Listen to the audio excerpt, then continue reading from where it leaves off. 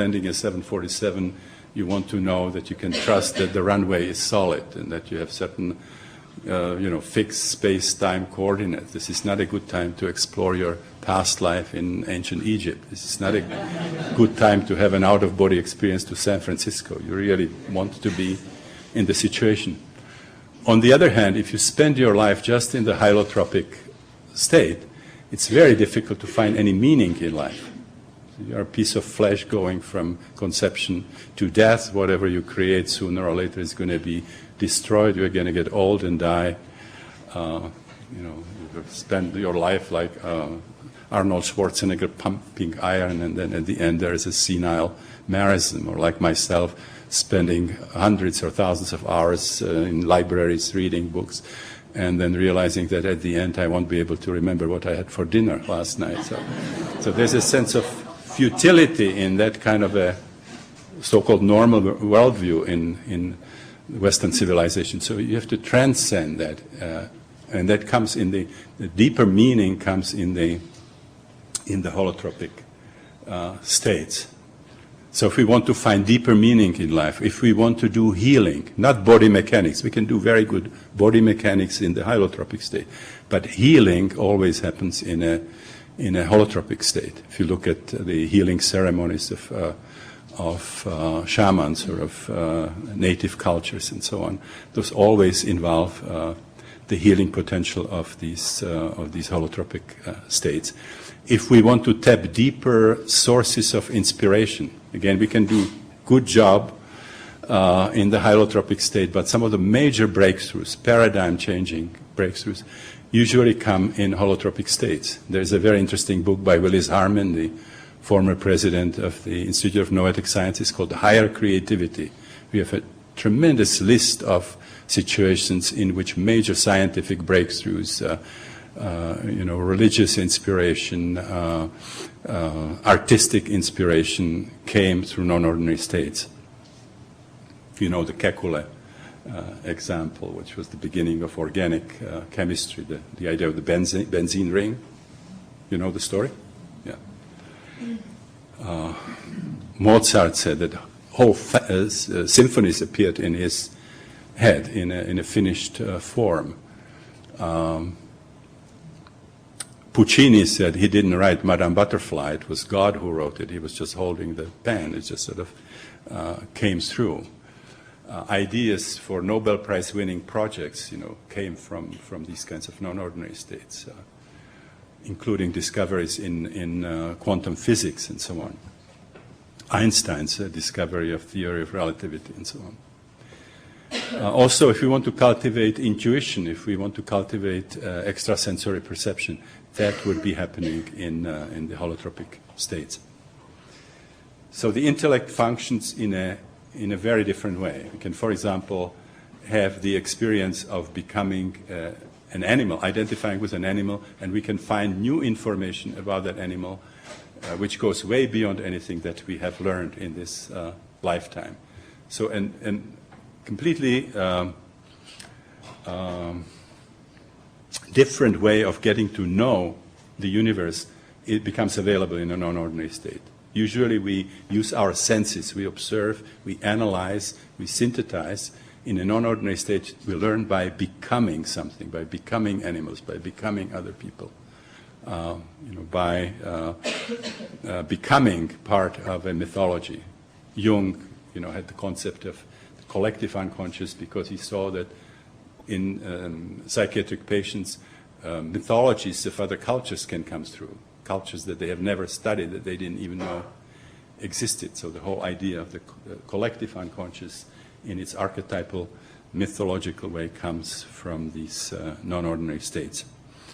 There are also powerful physical manifestations. Again, a big spectrum where on one side there could be a sense of incredible well-being, physical vitality, enormous amount of energy that becomes available. On the other side of the spectrum, we can experience ourselves as dying, or we can experience, extreme pains. We can experience suffocation when we are reliving birth and so on. So this is the phenomenology of these holotropic states. Now, there are many ways we can induce them. We had, about 5 years ago, we had a conference of the International Transpersonal Association in Manaus, which was called Technologies of the Sacred, Ancient, Aboriginal, and Modern, where we were exploring experientially and intellectually different ways of inducing these holotropic states. So there were shamans from different South American states. There were the Santo Daime people who work with ayahuasca, the União de Vegetal people who also work with ayahuasca. There were the Spiritists, there were the Umbanda people. We did a large holotropic breathwork pre-conference workshop, Jungians talking about active imagination and so on.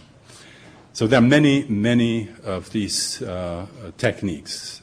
Some of them developed by shamans, by native cultures, using drumming, rattling, work with sticks, gongs, bells, fasting, extreme physical pain, dancing, drumming, things involving breathing, psychedelic plants, and so on. And they all have been used in different combinations as part of ritual and spiritual life. Obviously, we would not have religions if it were not for these holotropic states. At the beginning, at the cradle of all major religions, were visionary experiences of the prophets, of the saints, of the founders of the religion, and also of the early disciples. So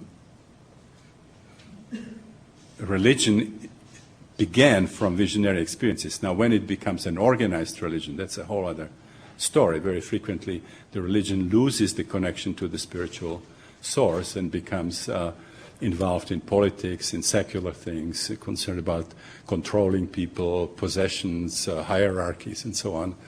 So there's a major difference between spirituality, which is a direct experience of these normally invisible dimensions of reality, which is a very private thing. It's between me and the universe and based on personal experience, and then there is religion.